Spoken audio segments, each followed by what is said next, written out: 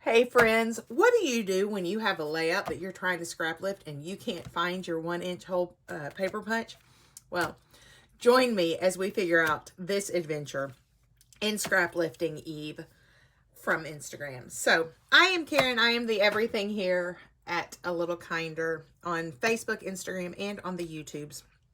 And we are lifting this fantastic layout. I love it. I love how clean it looks. I love that it is very, very different from my normal style. But when I went to look at Eve's Instagram page to find out what size these circles were, I found that it was a 1-inch punch. And y'all, can't find it. I know it's here because I've used it recently. I just can't find it.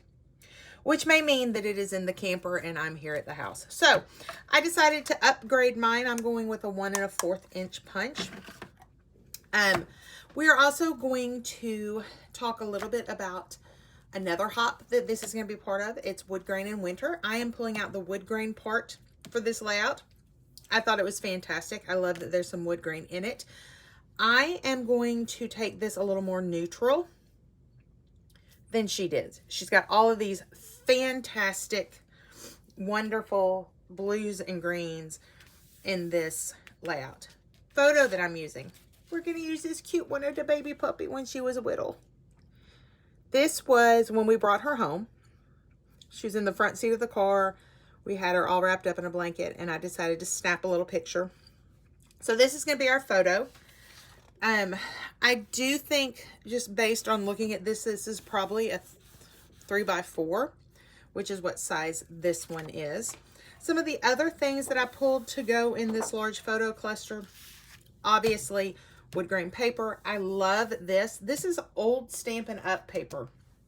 I'm not even sure this is available anymore, but I loved this collection.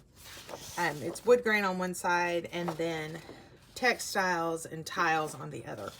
So I really love this brown, and I'm thinking that I'm going to use this background that I made. This is using a Tim Holtz stencil. And I think this is the print of it.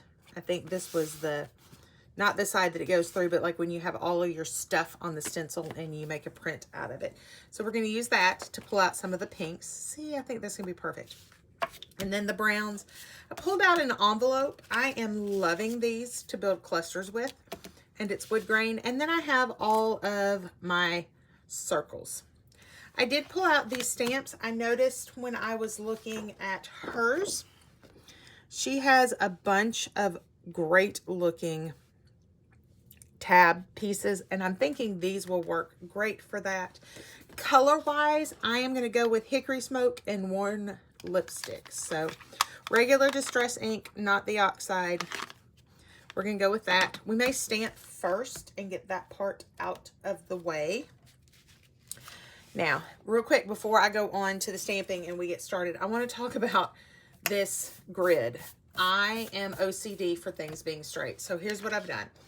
I cut this piece of paper to 11 by 11, and then I put a 1-inch grid on it. I am thinking that if I use these intercepts, similar to that, I don't know. It's going to take some playing. I am not thinking that I am going to be able to get 7 circles across. I may only be able to get 5. We will see. But I have this grid drawn on here lightly in pencil.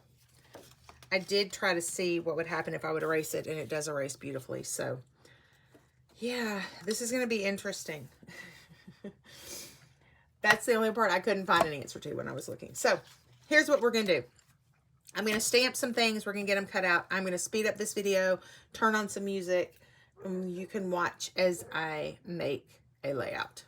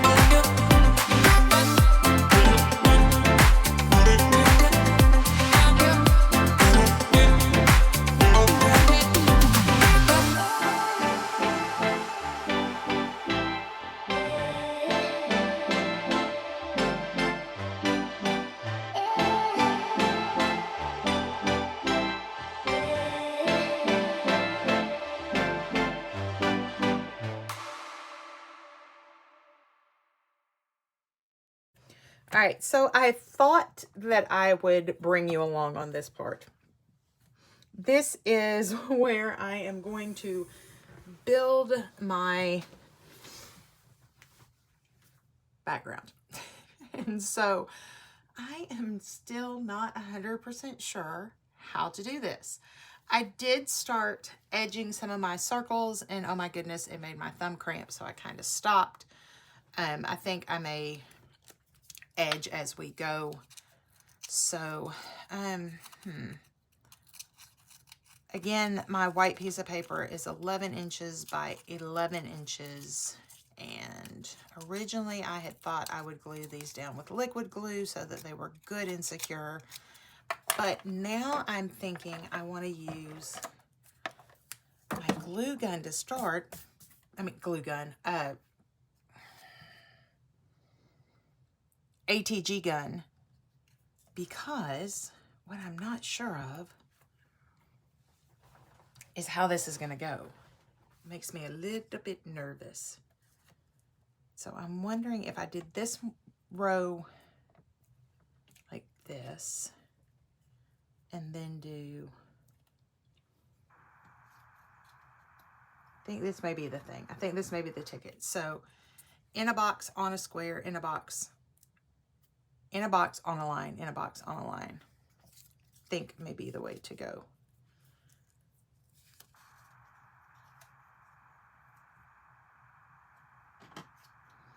Okay, so looking at that, I kind of think this may be the spacing. It does get me the 7. All right, so this is what we're gonna do. So I am going to start sticking these down. I am going to speed up the music. My plan is to work from the center up and out. So I'm still not 100% sure how I want these pieces to go and where I want all of the different patterns to be. Somehow I thought I had more wood grain than this. Oh, I think I do. This it's just going to be interesting. It's going to be a lot of playing and kind of figuring out what goes where and trying to get it to balance some. So maybe like that. All right, so I am going to edge some things, stick some things down, and then we will come back together when this is finished. All right?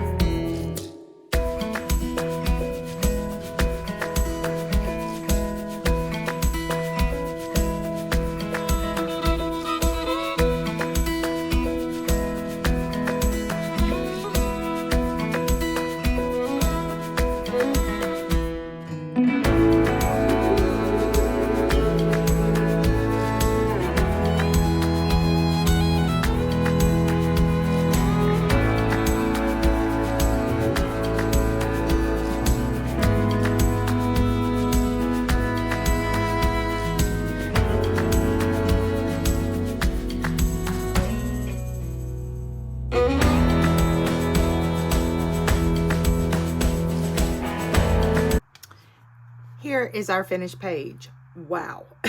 Just wow.